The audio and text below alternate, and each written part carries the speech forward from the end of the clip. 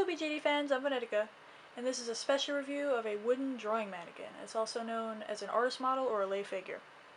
Our model here is Jonathan Goldsmith. He's 12 inches, and that doesn't include the base, so that adds a little more to his height. So this is actually the unisex version of the body. There is also a male and female version.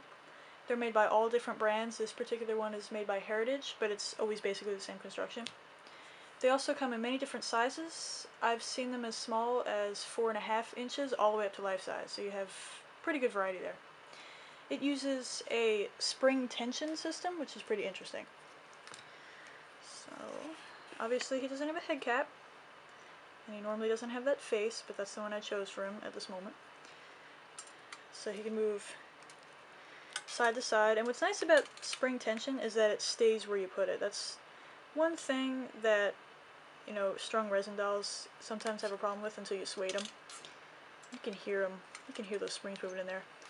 Turn it, of course. Move it forward. Move it back. Pretty cool.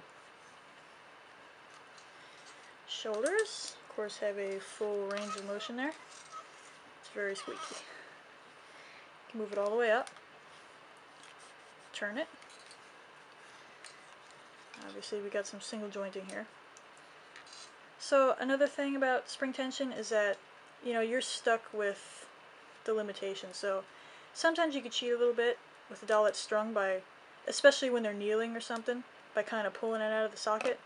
You really can't do that with this system. It'll just pop right back. But he could also bend it, the opposite way too, which is a little weird. His wrists, like his hands, also pretty good range. I need to turn it. He has a waist ball joint. With that, he can slouch, he can lean back, he can move side to side, and he can turn, do whatever he wants. So it's pretty limited here, unfortunately. I mean, you can put him in a sitting position, but something I forgot to mention, this particular model and most of these figures have the stands attached. This can't be removed. There are some, very few of them, that have like magnets in their hands and feet. They can be removed, but this guy's kind of stuck. So, not quite 90 degrees, but he can move his legs all the way back, which is pretty cool. Can't do a split because these don't turn. They're glued into place, so not cool.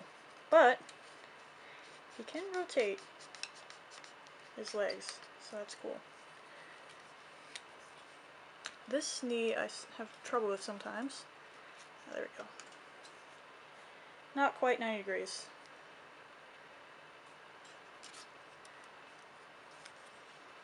And his ankles. You can really extend it pretty far, and you can move it back pretty far too. That is irritating sound. And you can turn it.